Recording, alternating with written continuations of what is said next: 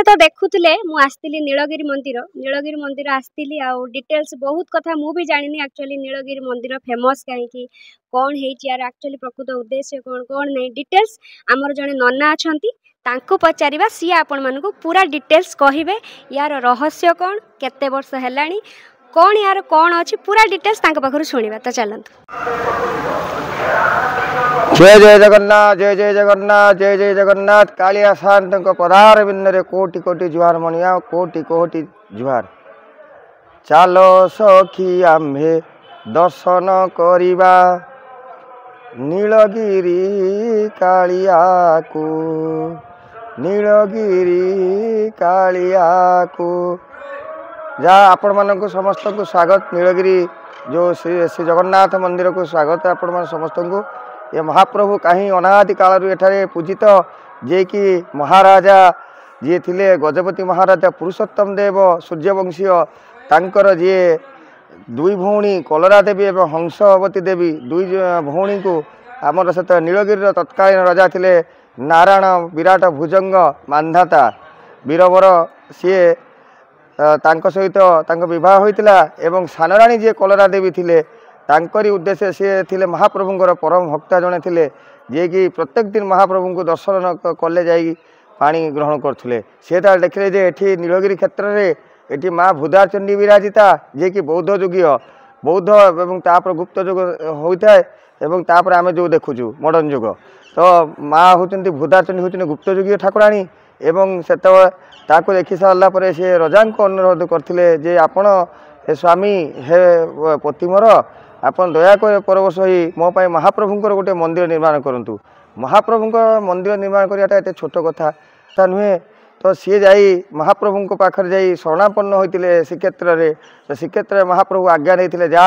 सेठी नीलगिरी जा मते प्रतिष्ठा करिवु दधिवामन जीव रूपरे तो महाप्रभु सेठी आसी सुदूर वर्तमान जो नीलगिरी देखुछन्ती सेतले एई नीलगिरी नथिला सेतले गरडी थारे थिला आपण यू 5 किलोमीटर दूर गरड़ी जे गड़ थिला सेठी रजांकर तो सेठी महाप्रभु को दधिवामन जीव रूप प्रतिष्ठा होते महाप्रभु एकक मूर्ति रे प्रतिष्ठा होते एवं बहुत बहु वर्ष धरी पूजा पाई एवं कली जो आसी कला पहाड़ को आक्रमण रे कला पहाड़ माँ भूदाचंडी मंदिर एवं दधिवामन जी को मंदिर को भांगी देते भांगी सारा पर माँ भूदाचंडी को जे श्याम सुंदर महाराजा जी थे नीलगिरी श्याम सुंदर मर्दराज हरिचंदन से पुनरुद्धार करते एवं तांको पूर्वरु जे थिले श्री रामचंद्र मर्दराज हरिचंदन से नीलगिरी रे राजवाटी स्थापन पूर्वक एठारे महाप्रभुंकर चतुर्धा मूर्ति विजय कराइथिले एठारे तो एठारे एई जो मूर्ति एई जो मंदिर देखुचंती ये होचंती राजा रामचंद्र देव मर्दराज कीर्ति अटे एवं तत्कालीन रानी को एठारे गोटे ट्रस्ट स्थापन करते ठाकुर महल जो श्री राधाकिशोर जीव एवं अदर ड्यूटीज ठाकुर महल नाम एक ट्रस्ट गठन करते एवं से ट्रस्ट अधीन रे पाखापाखि 22टी मंदिर अंतर्भुक्त अच्छा एवं यार होचंती सभापति होचंती रानी नीलगिरी रानी जी वंशानुक्रमिका आजीवन वंशानुक्रमिका सभापति होचंती रानी एवं तांकरी मार्ग निर्देशक एठारे समस्त नीतिकांति अनुष्ठित पचारे को चाहिए एक्चुअली जगन्नाथ माँ लक्ष्मी आउ किए पूजा करते माँ एठारे महाप्रभु काशी विश्वनाथ अच्छा जे कि आपणकर 22 पाहाच तले जो काशी विश्वनाथ अच्छा एठारे एवं काशी विश्वनाथ पर अच्छा हनुमान जी अच्छा जे कि रोषघर रक्षक हनुमान अच्छा एवं आगे प्रथम आम जो सिंहधार आसबू अरुण स्तंभ को पारेबू अरुण स्तंभ पर आसवे सिंह जो चंड विक्रम अनंत विक्रम नामक दुईटी सिंह विराजित एवं तापरे अच्छा पतित भावन देखो प्रत्येक मंदिर श्री जगन्नाथ मंदिर आप देखिए पूर्व दिगरे पतित भावन था एटी पूर्व दिगरे अच्छा दक्षिण दिगरे पतित भावन अच्छी देखिए से पतित भावन को दर्शन करें किए ना लंका राजा विभीषण तो तापर आम भितर को आसिलु भितर को आस सारा डाहाण पार्श्व ठीक अच्छा ऐशान्य कोण में स्नान मंडप बा स्नान वेदी जो महाप्रभु को मंचा स्नान प्रत्येक वर्ष अनुष्ठित हुए एवं तापर आपण आसवे दुई पशिले भितर को तापर अच्छे जय विजय द्वार एवं तापर अच्छे गरुड़ स्तंभ पर जय विजय द्वार एवं महाप्रभु तापर विराजित गर्भगृह रे सेठी महा रही प्रभु चतुर्धा मूर्ति सह भूदेवी श्रीदेवी एवं माधव तांको सहित रही मदन मोहन रामकृष्ण श्री दुर्गा एवं अनंत नारायण अच्छा तापर सेठू महाप्रभु को दर्शन पर आम जदि जीवु ठीक बाम पार्श्व को जीवु जो बड़ ठाकुर सेपट बड़ ठाकुर पाखे जो द्वार रही से जीवु से द्वार दे गले आम दर्शन करूँ माँ विमला को एवं तापर पुणी विमला को दर्शन कर सारापर इड़क आसिले आप डाहाण पार्श्व ठीक रही माँ महालक्ष्मी अच्छा तो यही मैंने हेले समस्ते पार्श्व देवता पूजा पाई एवं ऊपर जो रही आपणकर हनुमान अच्छा एवं गरुड़ इत्यादि जी रहा कथा जो मैंने रहा कथा महाप्रभु पाखे प्राय सबू देवादेवी एठार अच्छा बट बटकृष्ण रही बाल गोविंद बाल मुकुंद रही समस्त नना जहाँ कहते पुरी मंदिर में जहाँ अच्छे डिटो से आज्ञा पूरा डिटो श्रीक्षेत्र पुरी तार तो कौन प्रकार कल्पना नहीं चारि धाम सबुठ श्रेष्ठ धाम है श्रीक्षेत्र पुरी उत्कल से समदेश नास्ति नास्ति भूमंडले तो श्रीक्षेत्र सहित कहू क्या तुलना करवाटा उचित नुहे एवं यह अधर्म कह शास्त्र विरुद्ध श्रीक्षेत्र श्रीक्षेत्र जगार ये भी महाप्रभुंर जड़े रूप महाप्रभु आज्ञार महाप्रभु निजे विराजित एवं क्या सांगरे तुलना करवा अनुचित आउ गोटे कथा नना पाखु मु चाहूँगी बहुत जन कन्फ्यूज थे एक्चुअली केतटार मंदिर खोल जाऊँगी कौन होची बा कौ टाइम रे आसिले जगन्नाथ को दर्शन करेंगे सेटा टिके नना आपण मानकु क्लियर करदेवे टिके भलसे शुणु महाप्रभु को तो सकाल हुए मंगल आलती 5टा बेले तापर आपणकर जो कार्तिक मास जो मंगल आलती 4:30 पाखापाखि होता एवं तापरे महाप्रभु जो पुष मास आसो आसंता जो पहली भोग महाप्रभु सी 4:30 पाखापाखि मंगल आलती देउल आगे प्रथम महाप्रभु को प्रथम नीति है देउल पिटा पर हम देउल सध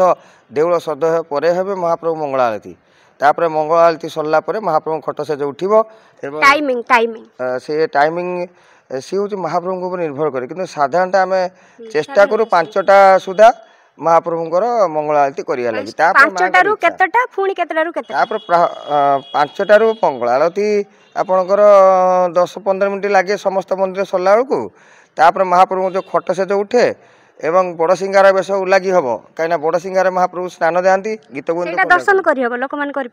बड़ सिंगार बेश ही महाप्रभु को मंगल आरती कराए ये सब डेली बेसिस रे होता है प्रत्येक दिन महाप्रभुंर पूरी श्रीक्षेत्र अनुसार आम महाप्रभु 3टी धूप अनुष्ठित हुए सकाल धूप मध्याह्न धूप एवं संध्या धूप एवं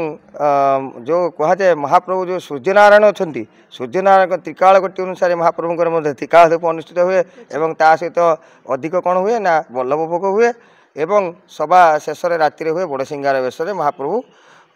घी पखाला खाई पौड़ जाता। अच्छा आउ जदि जड़े बेलुली टाइम रे आसला ऊपर ओली टाइम रे आसला कौन केतटारू केतटा भीतर आसिले दर्शन करि परिबे महाप्रभु को साधारणतः दिवा पहुड़ गोटाए बेले हुई 3टा पर्यंत पहुड़ था महाप्रभु दिवा पहुड़ और ठिया पहुड़ जोटा खट से जो न था ठिया पहुड़ महाप्रभु हूँ एवं जो 3टा बेले महाप्रभुंर मध्याह्न धूप हुए मध्याह्न धूप ही महाप्रभु तापर साण मेला अनुष्ठित हुए यही दर्शन चलो राति 8:30 ରୁ 9 पर्यंत ये दर्शन चले एवं मध्याह्न